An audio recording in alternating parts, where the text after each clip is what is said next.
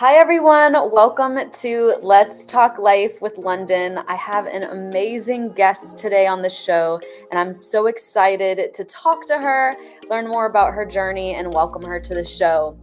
Her name is Isabelle Dew, and she's a SAG actress, host, international model, and former Miss Vietnam USA 2017.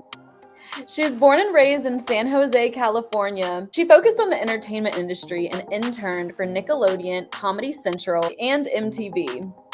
Upon graduation, Isabella decided to pursue modeling abroad. She spent 4 years working and living abroad in mostly Asia.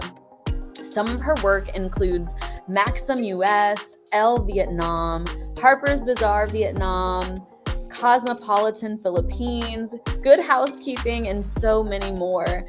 Isabelle moved to LA, where she worked as a reoccurring model for the last 6 seasons of Syfy's channel Face Off and 2 seasons of Lifetime's American Beauty Star, alongside supermodels Adriana, Lima, and Ashley Graham.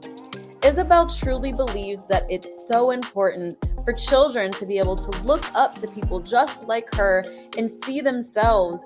I'm so excited to have Isabelle on the show, so I'm going to welcome her in. Hi, Isabelle. Hi, London. Oh, that was so wonderful.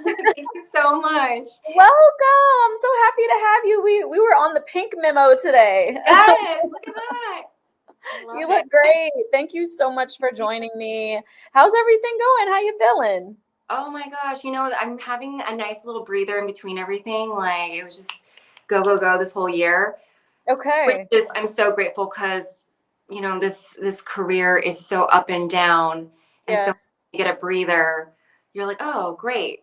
But then I'm starting to feel a little like, okay, well, I need something else on deck. So it's this Right. weird cycle in the Yep. industry, I think. The ups and How it downs. is. Yeah, especially after the past few years we just had. And I'm going to touch on that later because I want to hear from you about what that time was like for you. But you've had such a full career so far. But I feel like you're just getting started. I'm like, I Yeah. see it in you. I'm like, oh my gosh, she has so much more ahead of her. Thank So, you. do you remember what first sparked your interest for working in the entertainment industry, or who first sparked that interest for you? I remember my dad, he would tell me, I'm pretty sure he didn't realize the weight of what he said to me. But Mm. he said, we were just watching the news and he pointed to a news anchor and he said, oh, if you can be like a news anchor, I can watch you every day on TV. Oh, yeah. And I took that to heart. And Mhm. not necessarily, oh, be a news anchor, but just like, I gotta be on TV for my dad to Right, see me. I right. don't know what it is. It's part like, oh, part I want to be validated by my family. And also I just didn't see anybody like me as a kid. And it was frustrating Mhm, because I'd watch, and if I did see someone that was Asian, it mhm, was usually somebody in the background, which is mhm, fine. At the time I didn't know the difference. And I'm like, oh my mhm. God, there's somebody that looks like me. And they're just walking. Yeah, You just like want to watch them. They're cool. That was great. And right. but then you start to realize, wait, why aren't they ever the main characters?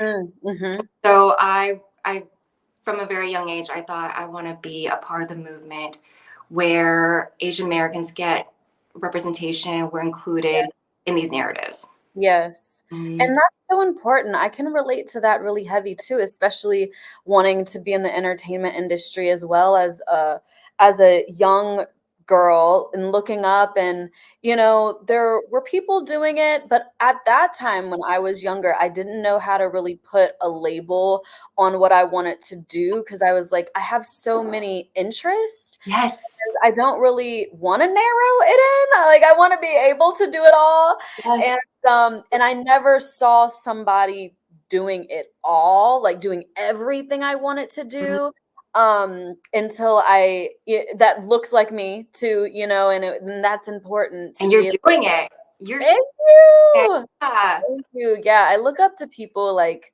Elaine Welterow and Jeannie Mai from The Real, Adrienne Bailon, people like that, women of color that are paving the way and creating blueprints for us all, really. And I'm like, gosh, if I could have that impact on people one day, I think I think my job is like well done. I'm with you on that. I love that you brought up like Jeannie Mai and Mhm, Adriana Bailon, where like, mhm, so Jeannie Mai, she's originally from San Jose and she's a fellow Vietnamese American. So mhm, I'm mhm. really proud of seeing her represent our community. And Yeah. she started out as a stylist. Yes. And to Yeah. kind of like move all the way up to be a daytime, an Emmy award winning Yeah. daytime talk show host. And Adrienne Bailon, she started like in music, right? And then like, was she in Disney? I think she was in Disney, no? Yeah. Cheetah Girls. Yeah, Mm-hmm. Cheetah Girls. And she, 3LW. Yeah. yeah. And Mm-hmm. I think that just speaks of everyone's journey, like wherever we are, Mm-hmm. it may be a stop along the way and it just may be a piece of your story. There you go. So it all adds up.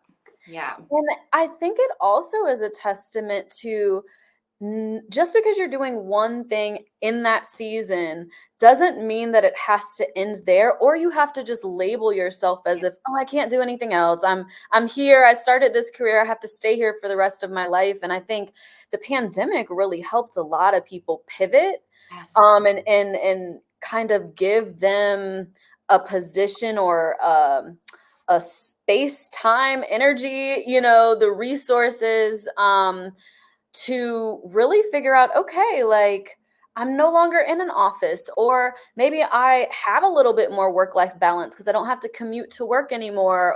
Yep. And I really think that shift helped a lot of people, or it really helped a lot of people be like, you know what, I don't want to do this the rest of my life. Let me do something else. But gosh, those role models, I mean, people paving the way is really where it's at. I agree with the whole pivot during the pandemic. I know, obviously it was an unfortunate situation health wise for a Yeah. lot of people, especially in the beginning there where we weren't sure what was going on. But Right. pandemic for me personally gave me a taste of what life would be like if I just poured 100% of my energy into acting. Wow. And prior to the pandemic, my focus was so distracted. It was Mhm. scattered. I was selling online. I was doing a lot of auto shows. I was doing the modeling. My energy was not in one place. And I think it's good. You obviously want to live a full palette of a life. Right. But because of the pandemic, auto shows weren't happening for me. Mm. And I was reselling, but not really. And then nothing was happening shoot wise. So then I just went online. I started reading a lot with other actors on a platform called We Audition. And then I was just doing auditions, self submitting myself. And it wasn't about booking the work, it was just all Mm. about all I wanted to do was just audition. Yeah. I think within the auditions is where I got better by default. Right, Because right. now 100% of my energy was just all in that. And that's when I saw the most growth. And I got a taste of that. And I was like, this is great. And I'm seeing results of what it looks like. Instead of just dedicating 25% of my energy, I had 100% of my focus. Right, Yeah. right. And with that, I always say whenever you're feeling like that creative rut, or you're just like, "Ugh, I don't think I can do this." Mhm.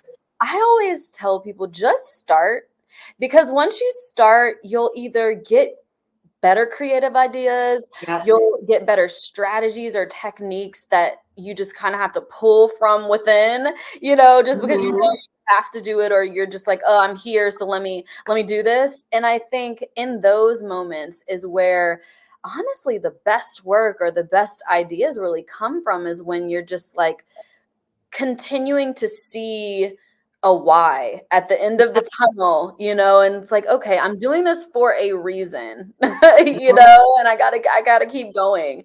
So after you graduated college, you Mhm. decided to start a modeling career abroad. What was your motivation behind that decision? And with that decision, is there anything you change about that? No, I am so grateful for that, Isabel. I'm so incredibly thankful for that young, plucky Isabel for making that decision to go to Asia. And the reason why I came up with that, I had that idea in my head is because Mhm, I had gotten a taste of what it was like to model. I had mhm, won like modeling contest, a cover model contest for East West magazine, which is no longer around. But the question that they had prompted was, what does it mean to be East West? Which I corresponded as like, what does it mean to be Asian American? And Okay. that's what I really care about. Mm-hmm. And I won that contest, and I got these amazing tear sheets. And I had actually booked a lot of work on my own without any agent representation. Like That's amazing. I got like a wet sale campaign from a 417 magazine, from Craigslist, back when Craigslist was sort of legit. I would Uh-huh. think about it now. But, and I did like a Tyra Banks show segment, and I got all that by myself. So I remember going to an agency. I Mm-hmm. won't name them. They're still Mm-hmm. around. But I remember going to the agency, and I had showed them my portfolio. I was like, this is what I've done. And the woman was like, oh, yeah, I love your look. Great breadth of work. But, we already have someone who looks like you. And I remember Okay. pointing Yeah. to the wall. And I specifically went to this agency because I saw, oh, they only have one other Asian American model. So great. Maybe there's room for another, right? Right. She Maybe. can't get all the roles. Yeah, exactly. She's probably getting booked up, so they're gonna need some more. Right. And I saw, like, she pointed to the wall, to that Mm-hmm. one Asian American model that I had already recognized. And she's like, oh, I have someone that looks like you, who looks nothing like me, by the way. Isn't Mm-hmm. anything like me. But then next to her was like, gosh, 25 other blonde models. Wow. And so you're kind of like, oh, I understand. You have enough room for what you think is there's enough room for, but for someone like me, you already filled your quota. Wow. And I remember talking to a lot of other models where they said, their agencies would send them abroad. And if they weren't of a certain height, then they wouldn't start in Europe. They would actually go to Asia. And I heard there was a lot of work out there, especially for models who had my look even. And Mm-hmm. I was like, you know what? I'm going to try it out there. Mm-hmm. And I sometimes talk to some Asian American models where they're like, oh, well, everyone looks like us. So I'm like, no, no, no, no. It's because everyone looks like us that maybe I have a better chance. Right. Right. And going out there, I started out in Thailand. So I had 2 months in Thailand, then I had 6 months in the Philippines, Hong Kong, China, Singapore, Indonesia. And I made my base in Vietnam, and I booked a lot of work as a model.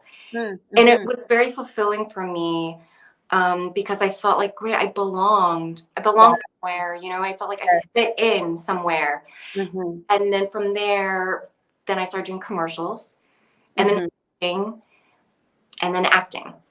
Wow. Yeah, so it was such a journey from But it one was thing all aligned. to It the was line. all supposed to happen the way it happened in that same timing, which is incredible.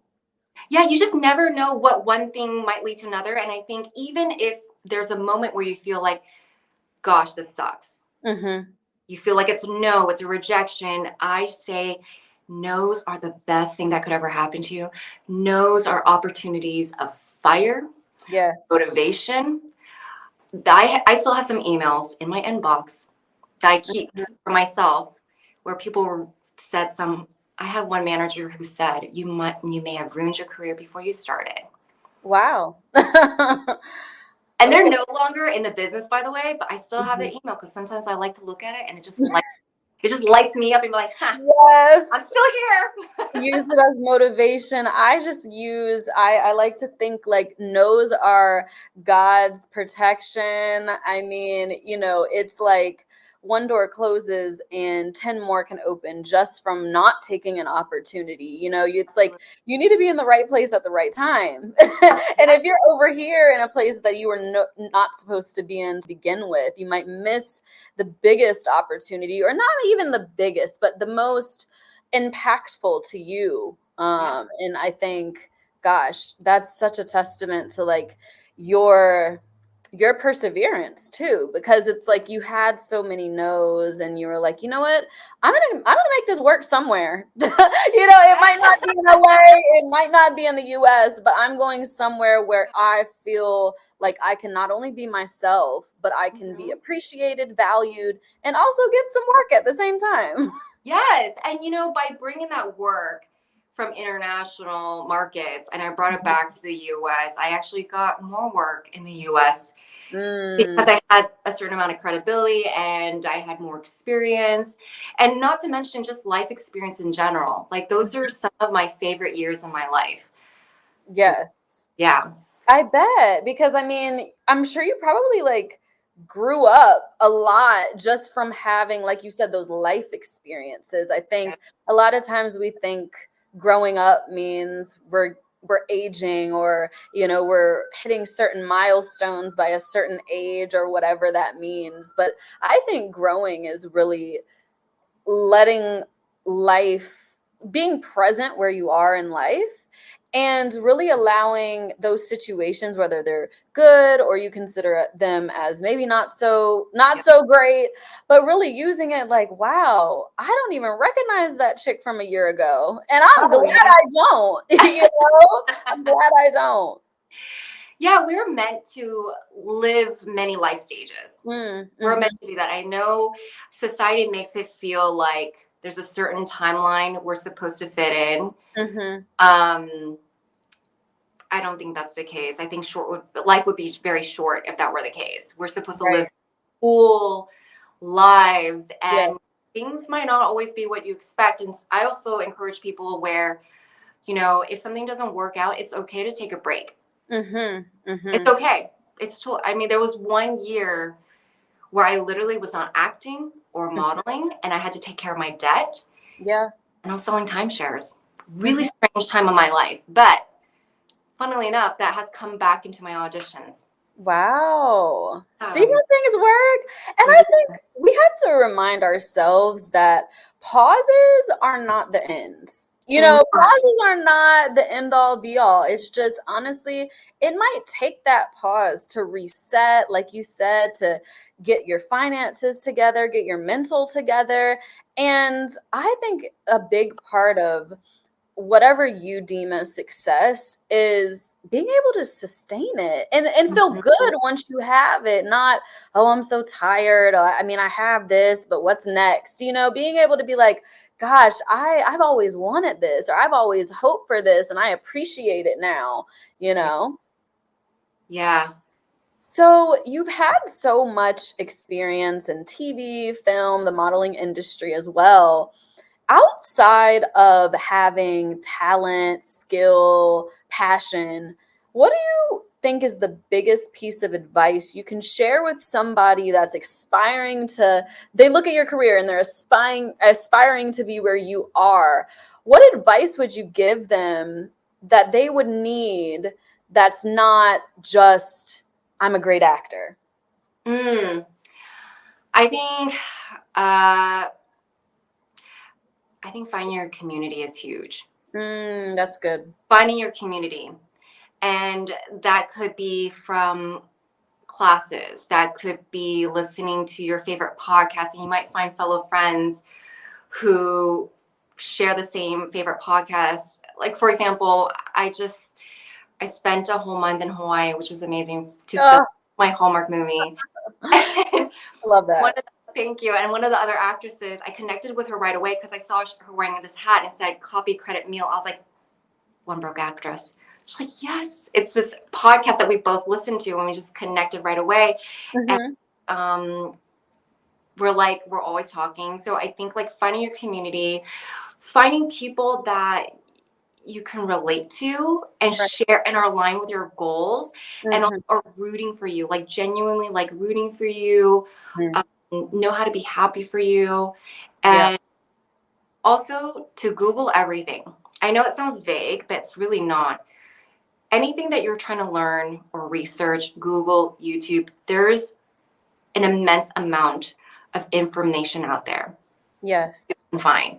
It's Yep. incredible. Like YouTube University is I agree. I've learned so much from YouTube and Google, girl. Like, I could teach a course. yeah. Exactly. You probably could, and you can probably monetize it, I Yep. think sometimes some people they're in this place of I'm gonna pick somebody's brain and I understand where they're coming with that, but Mhm.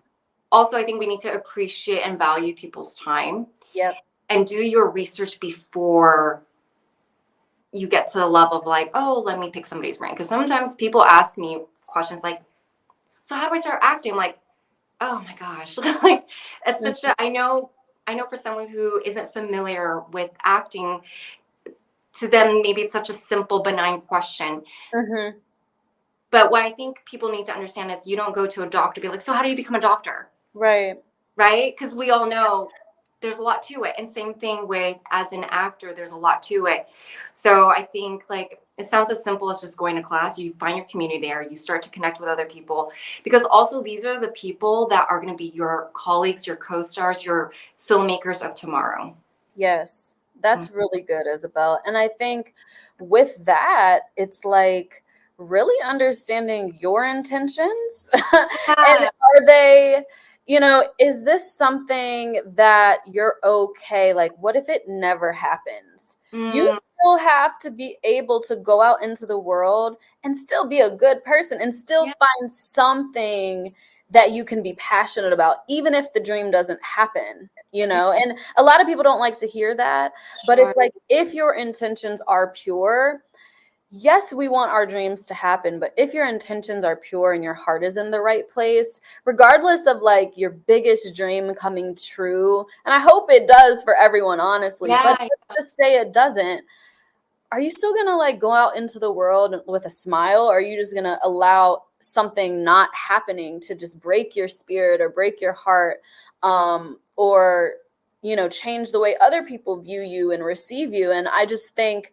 we do we do the world a disservice when we allow like those pauses or those no's to just break us and keep us stuck, Yeah, definitely don't let it debilitate you. Because I see Mhm. some people and I understand the being overwhelmed. Yeah.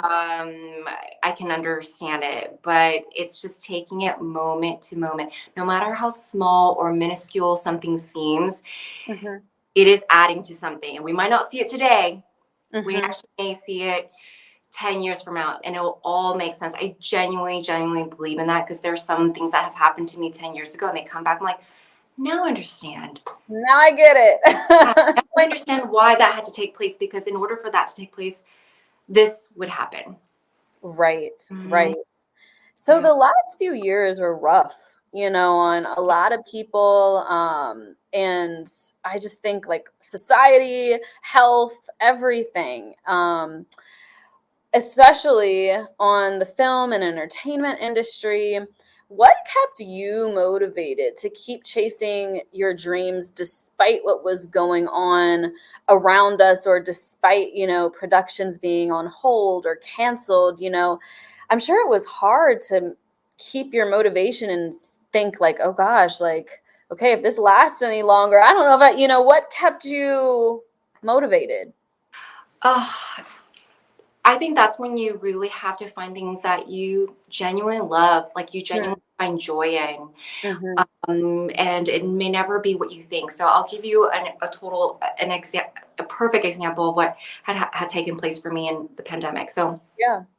I resell a lot on like Poshmark, eBay, Mercari, OfferUp, on all these like different secondhand market platforms. And Okay. that started because I had a lot of debt. And so I was trying to find different ways to pay off my debt. And that was one of the ways. And Mm-hmm. as I had fallen in love with it so much, after I paid off my debt, I still did it. And Mm-hmm. I would always share like random things like, oh, I sold, an empty Starbucks gift card for $28. I sold this random empty shopping bag, Gucci shopping bag for $45. Or this empty Amazon Echo Alexa box for $10. And people are like, you should really start YouTube on this. I'm like, I know, I should. I kept saying, yeah, I should. And Uh-huh. I just never got into it, right? I never had found the time or discipline to put together Mhm. YouTube videos. So during Mhm. the pandemic, when nothing was happening and I wasn't even on set for 7 months, I put together a YouTube video about how I made 1,200 that month, Wow. June of 2020, just selling random things I had around the house. That's incredible. It was incredible. And what was great was, so it did not go viral, which is fine. Okay. I was Yeah. putting it for fun. I was like, you know what? Yeah. Saying I've been wanting to do it, so I'm just going to do it for myself. I'm going to put Mhm. it together.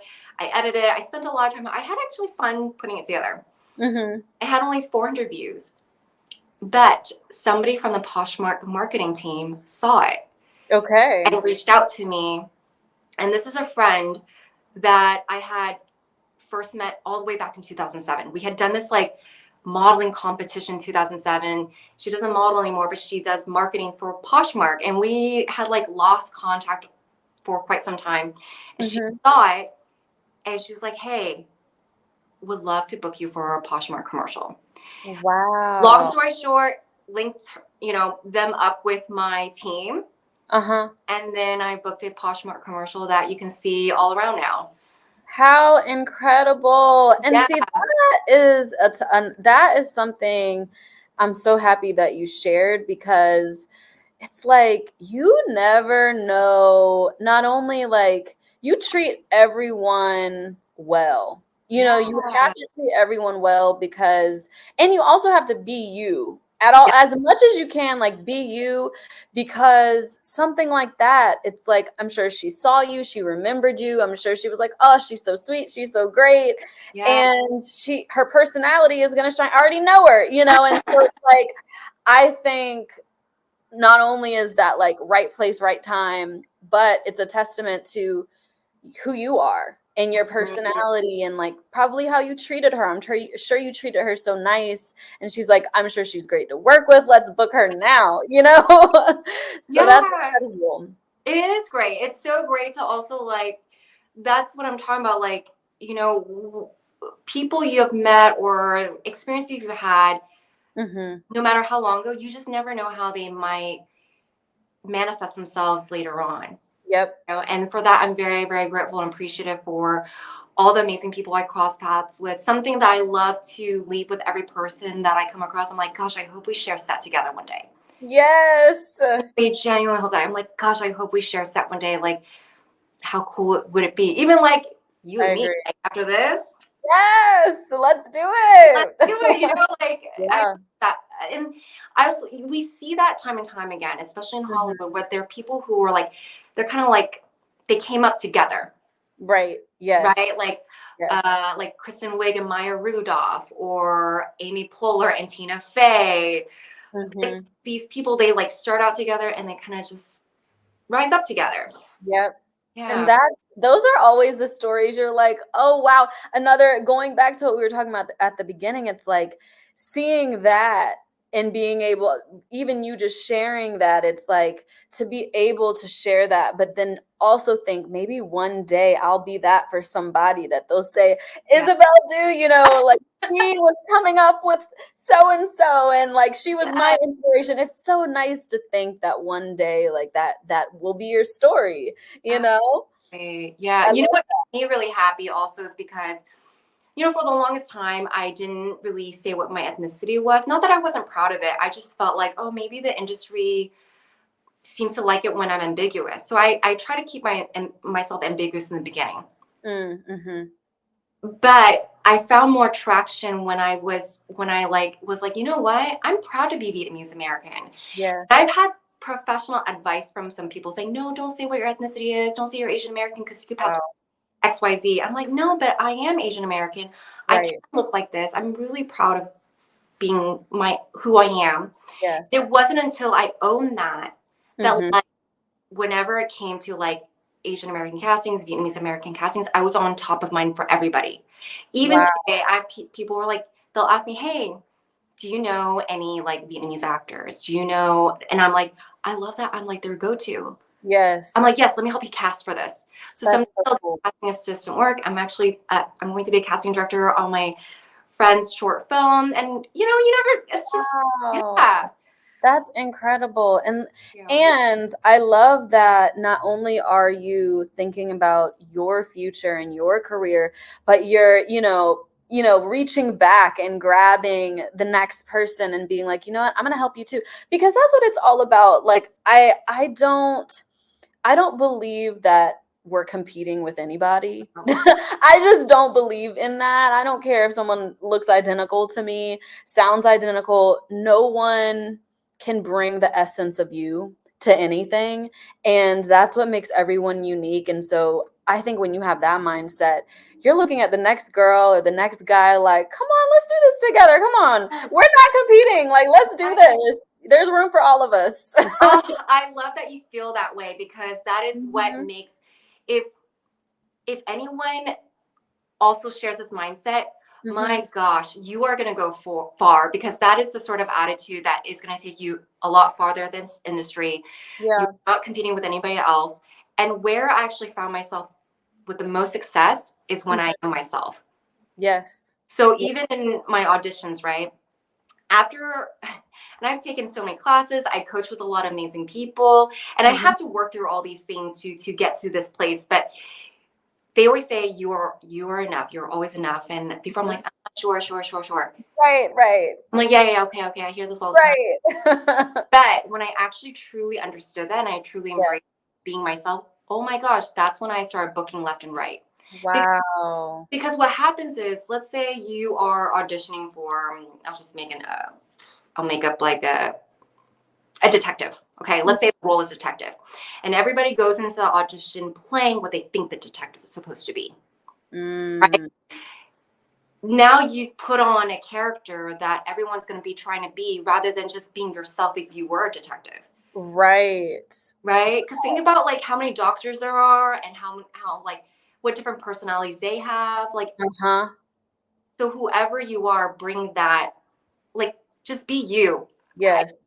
I promise. It's like, it sounds so cliche. I know it sounds so cliche, but it's paid off the most for me, and it feels much more liberating to be yourself.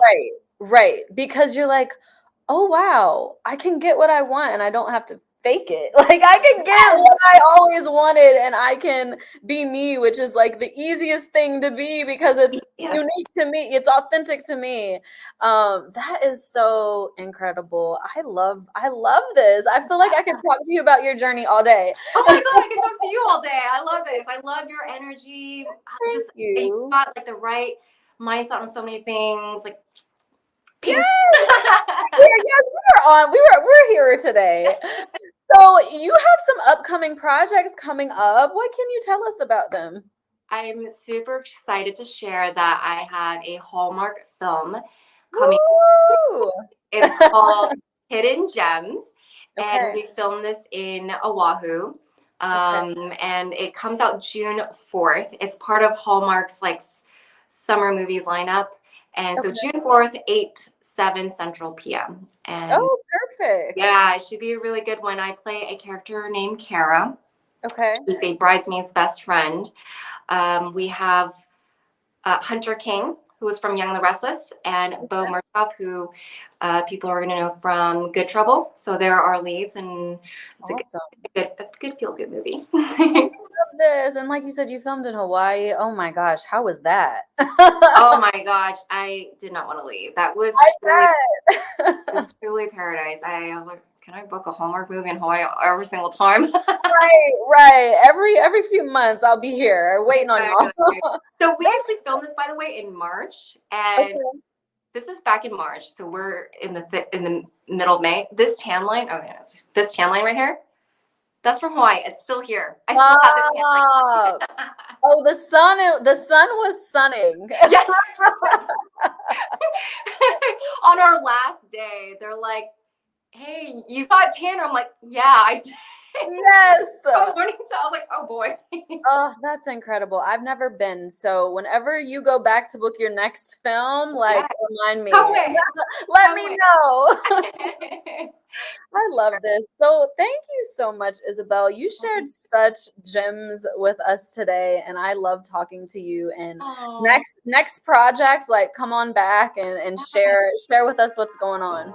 For sure. Thank you so much for having me, London. I so appreciate it. It's an honor to be on your show. And keep killing it. You're rocking it.